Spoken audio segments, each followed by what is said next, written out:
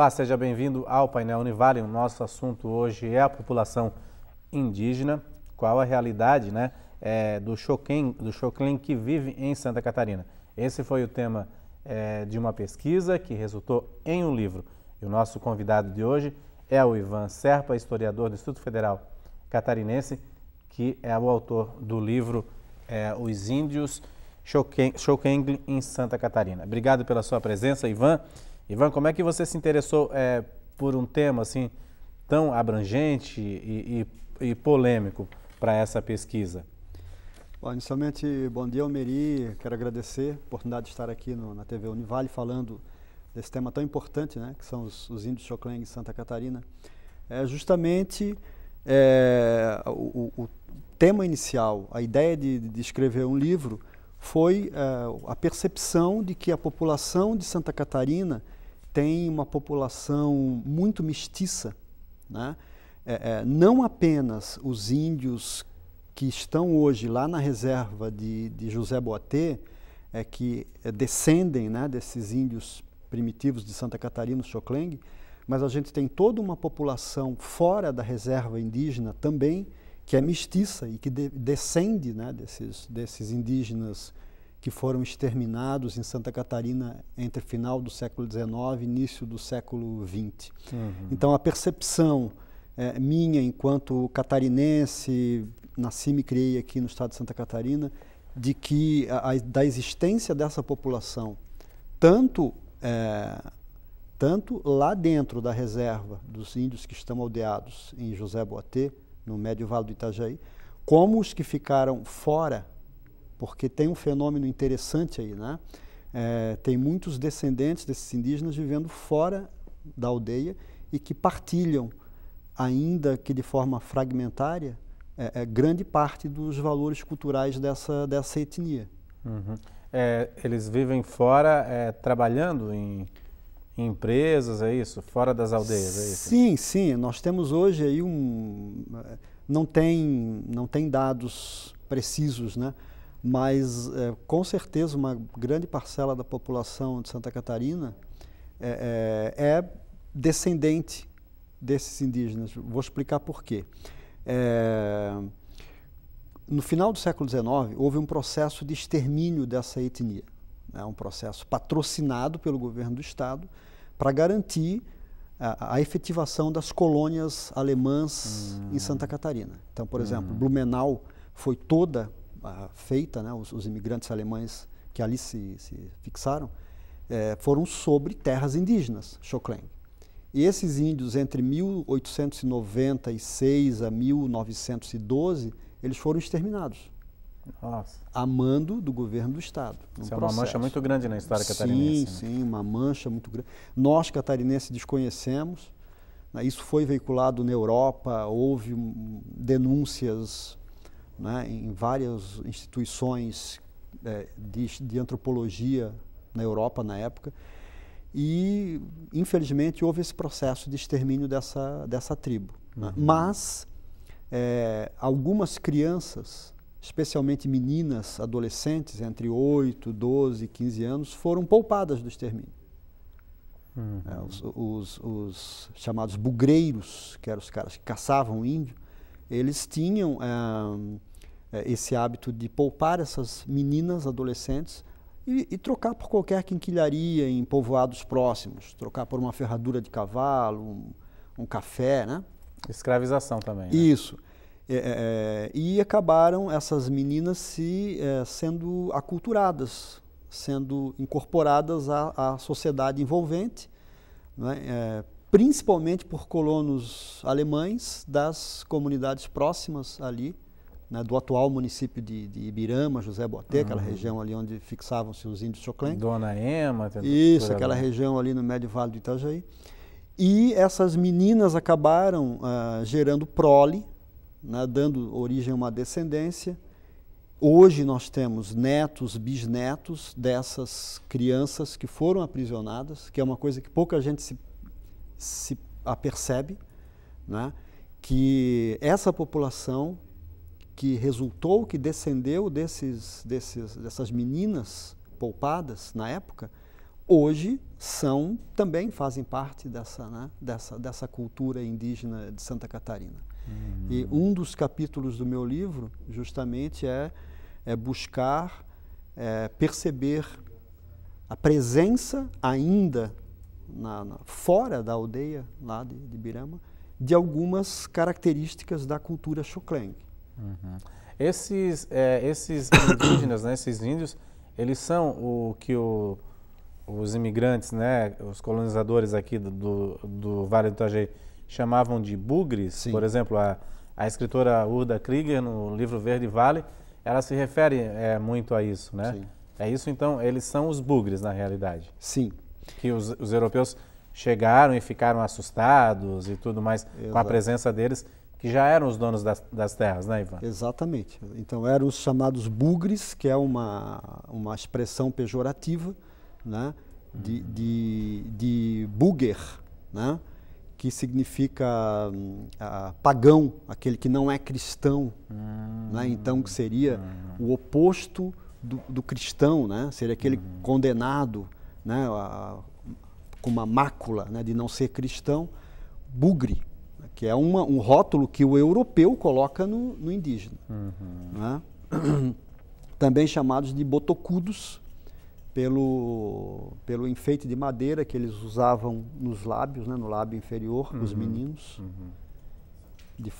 sendo tratados sempre de forma muito preconceituosa pelos europeus. Né?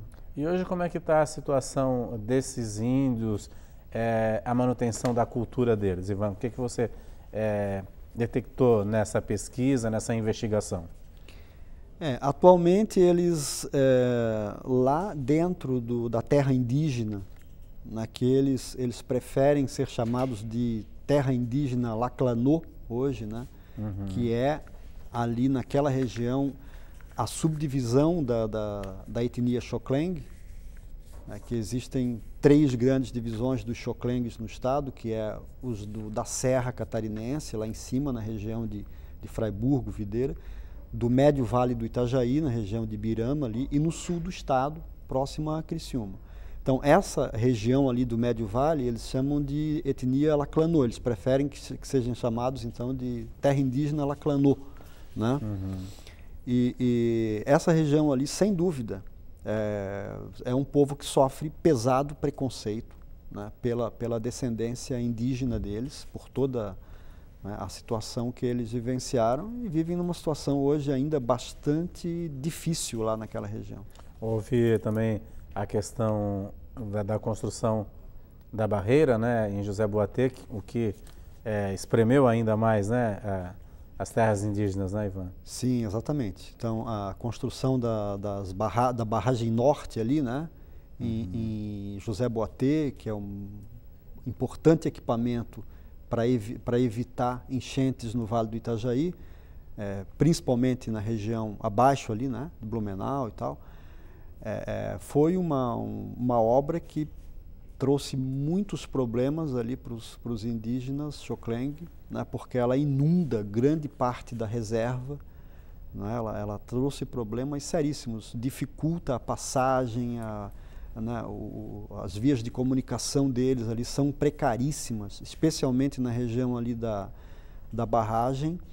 É uma situação bastante complicada, não houve nenhuma forma de indenização. De compensar, né, esses índios. Nenhuma medida compensatória, como se diz, né? Então, uma situação que já era difícil para eles, ficou ainda pior depois da construção, que foi ali década de 1970, né, que foi construída a barragem. Agora, hoje, qual é o papel do Estado? O que é que o Estado precisa fazer? Tanto a União quanto o governo do Estado para garantir melhores condições de vida a essa população, Ivan? O que é que você constatou aí nessa sua pesquisa? Olha, especialmente garantir infraestrutura básica, né, de saúde e educação, né, especialmente nessas áreas, porque é precaríssimo, né? A existência de escolas ali na região é muito precária. A questão da saúde, né? Muito difícil, não tem nenhum equipamento de saúde lá dentro da terra indígena. Então, se o Estado garantisse pelo menos essa infraestrutura básica, né, seria já que é um dever constitucional, né, que o Estado deve a qualquer cidadão. Principalmente ali, que é uma situação em que o Estado ele tem um dever, uma obrigação moral, né, de reparar erros históricos que foram cometidos ali, né? Porque houve um extermínio, houve um processo de aniquilamento daquela população no início do século XX que ainda não foi reparado. Tá certo, mas a gente vai fazer um rápido intervalo, daqui a pouco eu volto a conversar novamente com o Ivan Serpa a respeito dessa investigação, dessa pesquisa que resultou num livro aí importante para a história de Santa Catarina, né? Esse livro aqui, Os Índios Xocleng em Santa Catarina, que é uma referência aí para a história também catarinense, como o Ivan falou, para reparação de danos, né? Nesse extermínio aí que pouco se sabe dessa mancha na história de Santa Catarina. A gente volta em instantes.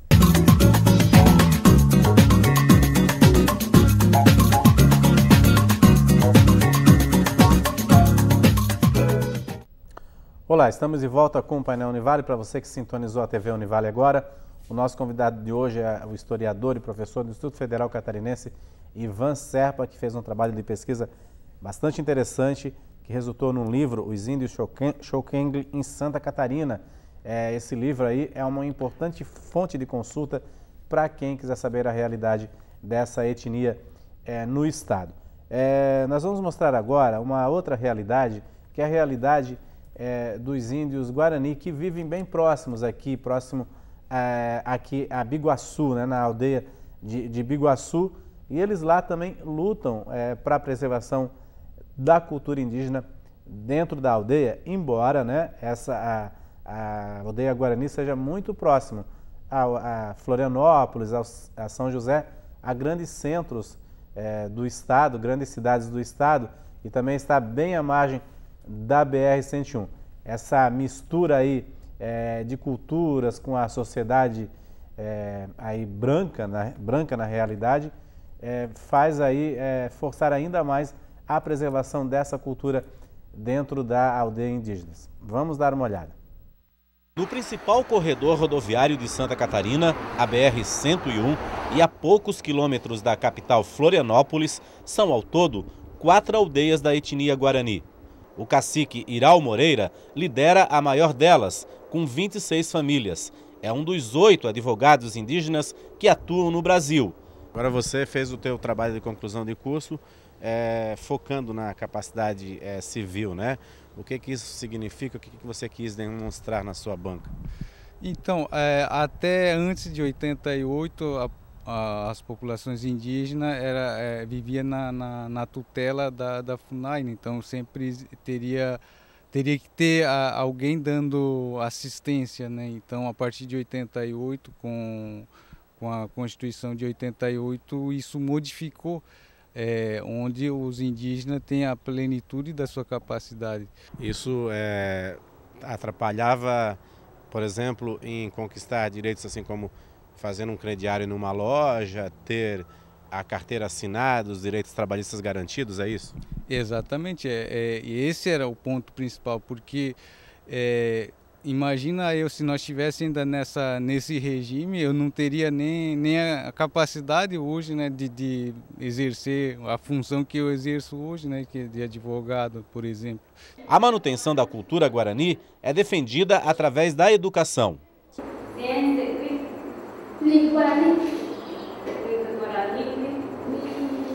A escola, que é bilíngue, é o ponto de encontro para tudo na aldeia. É uma grade diferenciada, proposta e discutida com a própria comunidade, através do nosso projeto político-pedagógico, que ele prevê justamente a relação do saber indígena com o conhecimento científico, desde que o conhecimento científico não ultrapasse esse limite pedagógico do saber indígena.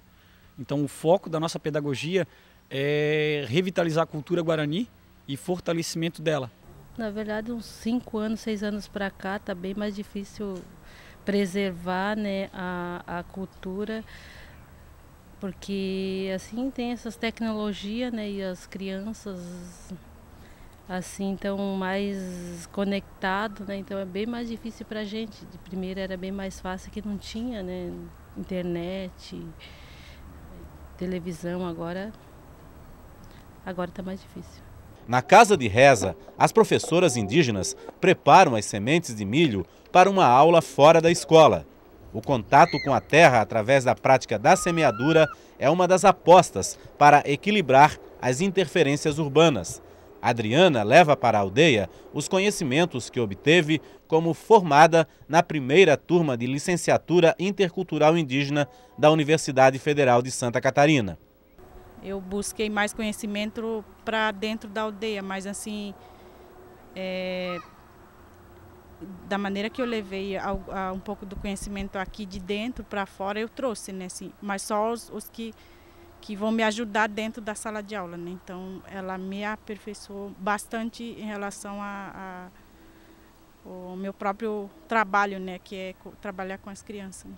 O povo da aldeia de Biguaçu já teve conquistas importantes, como a homologação das terras, num processo que demorou 10 anos. Mas, a pelo menos 80 quilômetros dali, a situação é diferente.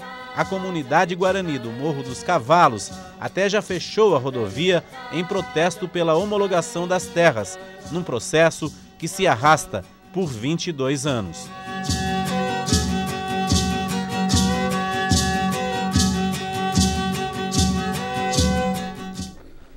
Ivan, essa tentativa também de preservar a cultura é bastante interessante, né?